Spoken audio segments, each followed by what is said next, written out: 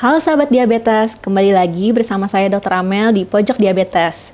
Nah, kali ini kita akan ngobrol-ngobrol mengenai terapi insulin. Karena masih banyak nih penyandang diabetes yang takut dan menolak ketika diminta atau disuruh untuk terapi insulin. Nah, bersama saya sudah ada Dr. Abe Wardoyo, spesialis penyakit dalam yang akan menjelaskan lebih detail lagi mengenai terapi insulin. Ya, halo dokter. Halo Amel. Apa kabar dok? Baik, terima kasih. Halo sahabat diabetes. Nah, dok, kan pasien diabetes itu tidak semuanya menggunakan terapi insulin ya dok. Kondisi-kondisi apa saja dok biasanya dokter akan menyarankan pasien diabetes itu untuk mulai terapi insulin? Jadi begini Amel dan sahabat diabetes semuanya. Semua obat diberikan oleh dokter atas indikasi. Demikian juga insulin sebagai obat diberikan ada indikasinya. Kita mengenal ada dua indikasi, yaitu indikasi yang absolut dan indikasi yang temporer. Yang dimaksud indikasi yang absolut berarti harus, mutlak, penting, ya, yaitu pada diabetes tipe 1. Itu diindikasikan untuk diberikan terapi insulin untuk mengendalikan gula darahnya. Yang kedua, juga pada diabetes gestasional atau diabetes yang terjadi selama kehamilan yang gula darahnya tidak terkontrol. Itu indikasi absolut untuk diberikan terapi insulin untuk mengendalikan gula darahnya. Sedangkan yang lainnya lagi yaitu indikasi temporer. Artinya tidak selamanya orang tersebut akan harus menggunakan insulin. Antara lain misalnya satu, penyandang diabetes yang sudah mengkonsumsi obat, dalam hal ini obat oral, obat yang diminum, dalam bentuk kombinasi, mungkin 2 obat, 3 obat, dan dosisnya sudah hampir maksimal atau optimal. Tetapi dalam pengamatannya, gula darahnya tidak kunjung turun atau tidak terkendali dengan baik. Itu indikasi untuk penggunaan insulin. Kemudian yang lain lagi adalah diabetes yang gula darahnya sedemikian tinggi. Misalnya kalau puasa lebih dari 250 atau sewaktu lebih dari 300. HbA1c-nya lebih dari 9. Dan gejalanya nyata sekali, kencing berulang-ulang kali, berat badannya makin menurun. Di sini perlu kita berikan insulin. Yang lain lagi adalah diabetes yang menggunakan atau membutuhkan terapi steroid. Biasanya terapi steroid dengan dosis tinggi akan membuat gula darah menjadi naik.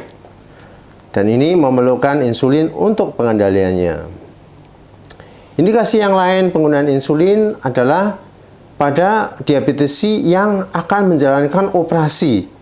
Misalnya operasi pada retina mata atau operasi bypass jantung di mana waktu juga diperlukan sesegera mungkin untuk tindakan operasi, sementara gula darahnya masih tinggi. Di sini diperlukan terapi insulin agar cepat gula darahnya terkendali dengan baik. Yang lain lagi adalah penyandang diabetes dengan kondisi-kondisi khusus, misalnya penyandang diabetes dengan tuberkulosis paru atau penyandang diabetes dengan kelainan ginjal yang kronis, atau penyandang diabetes dengan penyakit hati kronis. Kita tahu insulin itu aman diberikan untuk organ-organ tersebut. Nah, pada kasus seperti itulah ada indikasi untuk penggunaan insulin. Demikian. Jadi anggapan orang-orang kalau insulin itu diberikan pada pasien diabetes yang berat itu tidak selalu benar ya dok? Karena ada indikasi-indikasinya tadi ya dok. Oke, baik dok. Kalau terapi insulin ini kan suntik ya dok, injeksi. Kalau suntik itu sakit kan ya dok ya, dan juga sulit pemakaiannya. Nah, ada tidak dok sediaan lain selain suntik untuk insulin ini, misalnya tablet? Ya, Dr. Amel serta sahabat diabetes, sampai saat ini insulin dalam bentuk injeksi, tidak ada dalam bentuk tabletnya ya, karena apabila dalam bentuk tablet masuk ke dalam saluran cerna akan dirusak. Jadi semua dalam bentuk insulin. Dunia kesehatan menyadari akan kekurangan daripada sistem suntikan atau insulin ini. Yang pertama tentunya nyeri. Tetapi dengan kemajuan teknologi, kita sekarang sudah dapat menghasilkan jarum-jarum dengan ukuran yang sangat kecil sekali, sehingga tidak menimbulkan nyeri atau sedikit sekali menimbulkan nyeri. Menurut saya sih lebih nyeri kalau kita diperiksa di ujung jari daripada jarum yang diperuntukkan untuk menyuntikkan insulin. Demikian juga ada pendapat bahwa, wah, saya kan tidak bisa mengerti teknik menyuntik. Nah, ini sekarang dipermudah. Bentuk daripada injeksi insulin tidak dalam bentuk suntikan, ya, tapi di dalam bentuk pena, bisa dibawa kemana-mana. Dan kemudian tentunya kita akan memberikan pelatihan terlebih dahulu sebelum seseorang mendapatkan terapi insulin.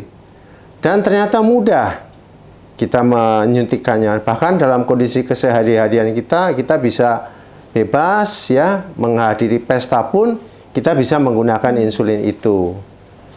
Tentunya semua harus dengan pelatihan, dan kita biasanya akan memberikan itu terlebih dahulu. Jadi tidak sulit menurut saya, dan tidak menyakitkan.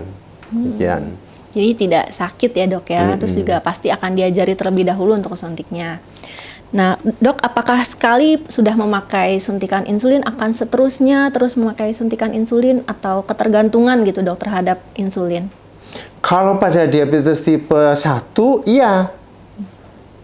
Dia membutuhkan insulin untuk selamanya. Karena insulin dependent, ya. Sedangkan untuk diabetes yang lainnya tidak, tergantung dari kebutuhan.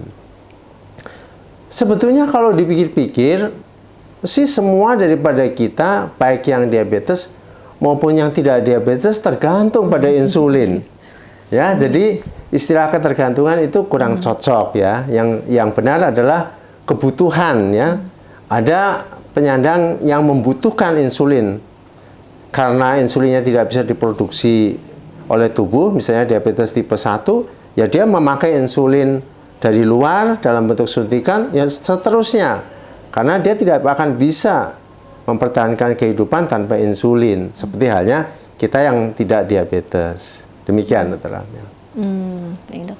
Lalu dok, ada beberapa yang menganggap nih dok, kalau insulin itu tidak aman untuk kesehatan. Jadi bisa merusak ginjal, merusak jantung. Itu bagaimana pendapat dokter?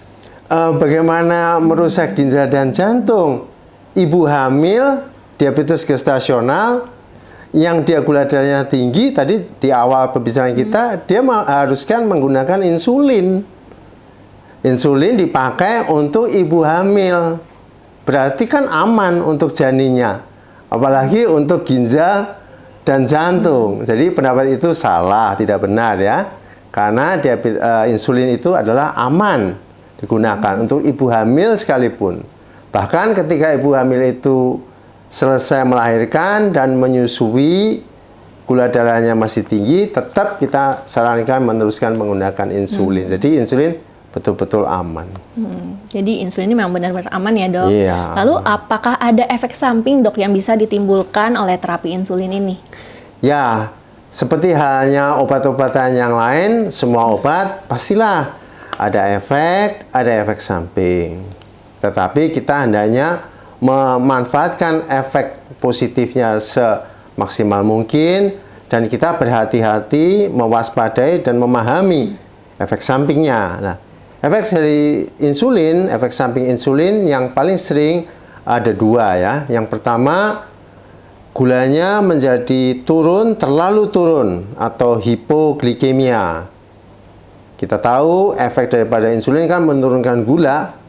Nah, kalau gulanya terlalu turun, maka terjadi hipoglikemi. Itu efek samping yang pertama. Yang kedua, insulin adalah suatu jenis hormon, ya. Jadi kadang-kadang berat badannya menjadi semakin meningkat dengan penggunaan insulin. Tapi kedua hal itu bisa diantisipasi. Misalnya kalau kita menggunakan insulin, kita sesering mungkin melakukan pemeriksaan gula darah, kemudian kita teratur di dalam konsumsi makanan, kemudian kita selalu konsultasi kepada dokter, sehingga tidak terjadi kondisi hipoglikemi. Sedangkan kenaikan berat badan, kita bisa atasi dengan kita selalu tidak lupa untuk mengatur makanan kita dan kita berolahraga sehingga kenaikan berat badan walaupun terjadi tidak terlalu berlebihan. Demikian, Dr. Amel. Baik dok, jadi memang ada indikasi-indikasinya untuk terapi insulin dan ada kondisi-kondisi yang memang sebaiknya sudah dimulai terapi insulin ya dok, agar betul. kadar gula darah itu justru terkontrol dengan baik dan menurunkan resiko-resiko terjadinya komplikasi diabetes. Betul, demikian. Nah, baik sahabat diabetes, bagaimana sekarang lebih jelas kan mengenai terapi insulin, jadi jangan takut lagi ya mendengar kata insulin. Nah, konsultasikan kesehatan Anda ke dokter dan selalu monitor dan kontrol gula darah Anda teratur. Terima kasih sudah menyaksikan. Sampai jumpa di pojok diabetes selanjutnya. Sampai jumpa dan salam sehat. Salam sehat, sahabat diabetes.